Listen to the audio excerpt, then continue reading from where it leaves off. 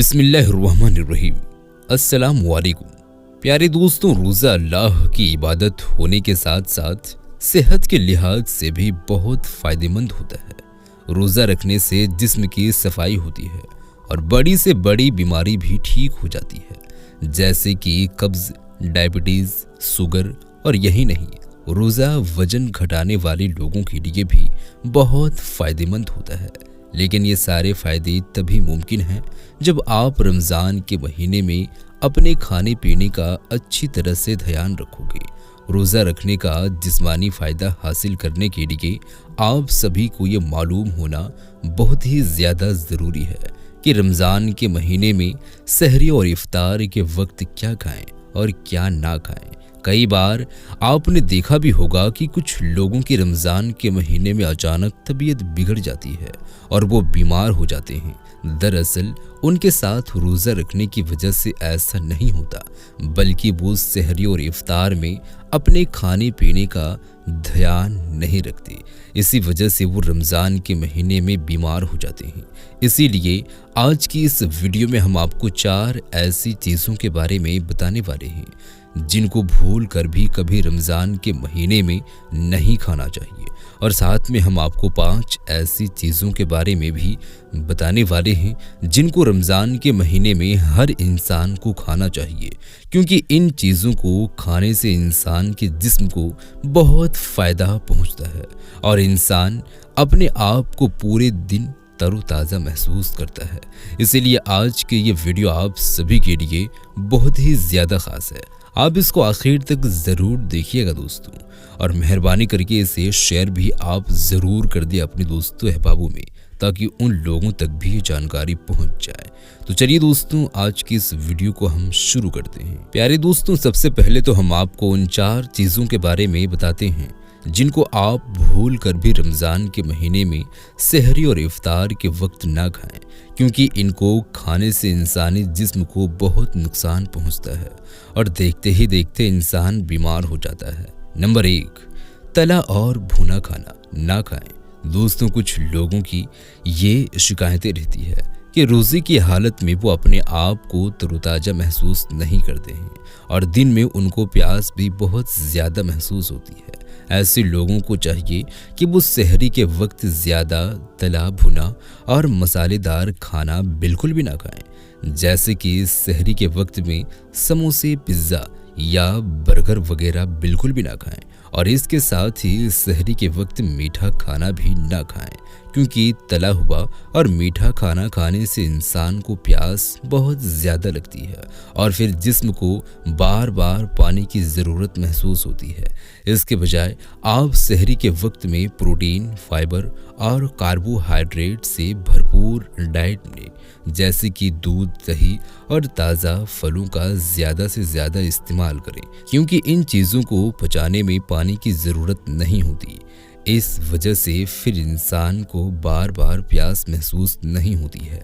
इसके अलावा आप रमज़ान के महीने में इस बात का भी ध्यान रखें कि आप इफ्तार के वक्त भी समोसे और पकौड़े खाने से अपने आप को बचाएं, क्योंकि भूखे पेट इनको खाने से भी इंसान के जिस्म को बहुत ज़्यादा नुकसान पहुंचता है और रोज़ रोज़ इनको खाने से इंसान बीमार भी हो जाता है। इसीलिए आप इफ्तार के वक्त भी पकौड़े और समोसे जैसी चीज़ों को बिल्कुल ना खाएं। नंबर 2, चीनी वाला शरबत ना पिएं। दोस्तों, बहुत सारे लोग रमज़ान के महीने में इफ्तारी के वक्त ये भी गलती करते हैं कि जैसे ही रोज़ा इफ्तार हुआ वैसे ही वो चीनी वाला शरबत घट घट पीना शुरू कर देते हैं और लगातार 3 या 4 गिलास चीनी वाला शरबत पी लेते हैं, मगर फिर भी उनकी प्यास नहीं बुझती।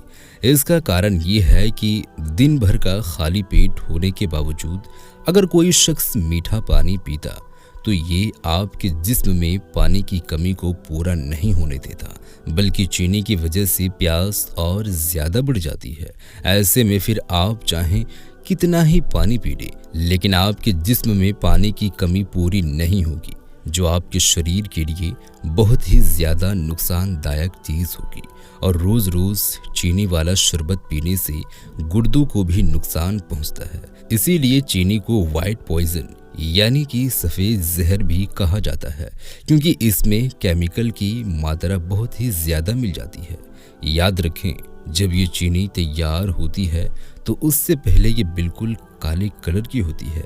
इसको जब तैयार किया जाता है तो उस वक्त इसमें सफ़ेद रंग का केमिकल डाला जाता है, जो इसके काले रंग को काट कर सफ़ेद रंग में तब्दील कर देता है, यानी कि बदल देता है। इसी वजह से रोज़ रोज़ चीनी खाने या पीने से हमारे जिस्म को बहुत ही ज़्यादा नुकसान पहुंचता है। इसीलिए बेहतर है कि आप इफ्तारी के वक्त में चीनी वाला शरबत ना पिएं, बल्कि आप हमारे प्यारे नबी हज़रत मोहम्मद मुस्तफ़ा सल्लल्लाहु अलैहि वसल्लम की सुन्नत पर अमल करते हुए खजूर के साथ में इफ्तारी करें और फिर 1-2 गिलास सादा पानी पी लें। नंबर 3, कोल्ड ड्रिंक ना पिए। दोस्तों याद रखें, अगर आप पूरे रमज़ान के महीने में तंदुरुस्त रहना चाहते हैं तो इफ्तार के वक्त कोल्ड ड्रिंक भी भूल कर ना पिए, जैसे कि पेप्सी, कोका कोला या लिम्का वगैरह ना पिए, क्योंकि इनमें रसायन और गैस की मात्रा बहुत ही ज़्यादा मिली होती है और पूरे दिन का रोज़ा रखने की वजह से इंसान के शरीर में डिहाइड्रेशन यानी कि पानी की काफ़ी कमी हो जाती है। ऐसे में अगर आप गैस वाली कोल्ड ड्रिंक्स पिएंगे तो ये आपके जिस्म को बहुत ही ज़्यादा नुकसान पहुंचा सकते हैं और इसके अलावा खाली पेट इनको पीने से गुर्दों को भी बहुत ज़्यादा नुकसान पहुंचता है, क्योंकि इफ्तारी के वक्त में गुर्दों को पानी की ज़रूरत होती है। अब ऐसे में अगर आपने उस वक्त कोल्ड ड्रिंक पी ली तो ये आपके गुर्दों के लिए बहुत ही नुकसानदायक चीज़ हो सकती है और रोज़ रोज़ ऐसा करने से आपके गुर्दे डैमेज भी हो सकते हैं। इसीलिए आप भूल कर भी इफ्तारी के वक्त कोल्ड ड्रिंक्स ना पिएं। इसके बजाय आप इफ्तारी में नींबू पानी या जूस पी लें, जो आपके जिस्म के लिए बहुत ही ज़्यादा फायदेमंद चीज़ें हो सकती है। नंबर 4, सफ़ेद चावल ना खाएं। दोस्तों इसके अलावा आप सहरी के वक्त में वाइट राइस यानी कि सफ़ेद चावल भी ना खाएं, क्योंकि वाइट राइस इंसान के शरीर में बहुत ही जल्दी पच जाते हैं, क्योंकि सफ़ेद चावलों में सिंपल कार्बोहाइड्रेट होने की वजह से ये इंसान के शरीर में इंसुलिन के लेवल को भी बढ़ाता है, जिसकी ज़रूरत सहरी के वक्त में बिल्कुल भी नहीं होती है।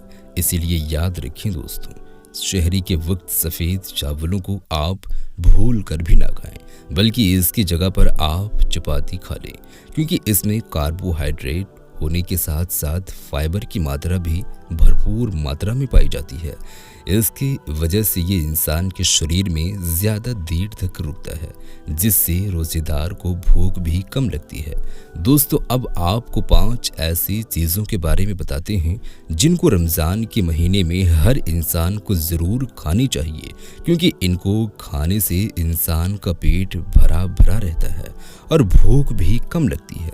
नंबर 1, सेब यानी कि एप्पल। दोस्तों सबसे पहली चीज़ है सेब यानी कि एप्पल। ज़्यादा वक्त पेट भर खाने के लिए सेब बहुत ही अच्छी और सबसे बेहतरीन ग़िज़ा है, क्योंकि इसमें पानी और फाइबर भरपूर मात्रा में पाया जाता है। इसके अलावा सेब के छिलकों में पेप्टिन पाया जाता है, जो भूख को कम करने में मदद करता है। नंबर 2, जौ या ओटमील। दोस्तों दूसरी चीज़ है जो या ओटमील। सहरी के वक्त में इसको भी खाने से पेट काफ़ी वक्त तक भरा भरा महसूस होता है, क्योंकि इसमें कॉम्प्लेक्स कार्बोहाइड्रेट भरपूर मात्रा में पाया जाता है, जिसको पचने में बहुत ही ज़्यादा वक्त लगता है।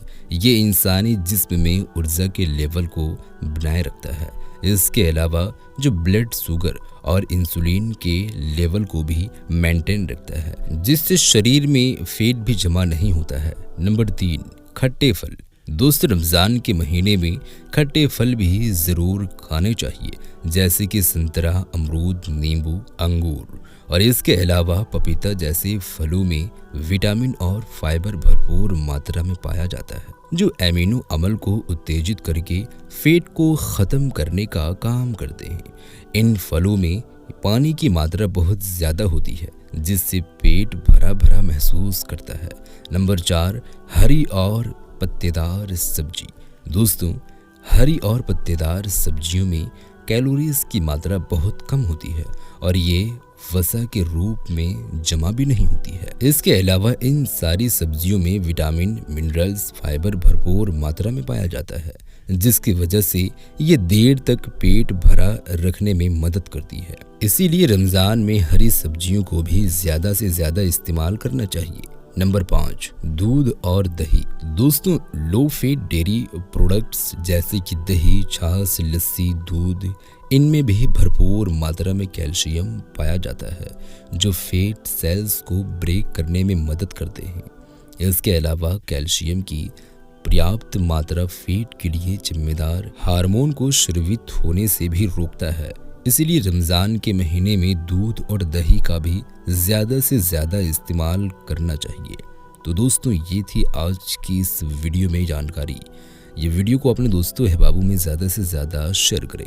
मिलते हैं एक और नई वीडियो के साथ, तब तक के लिए खुदा हाफिज़।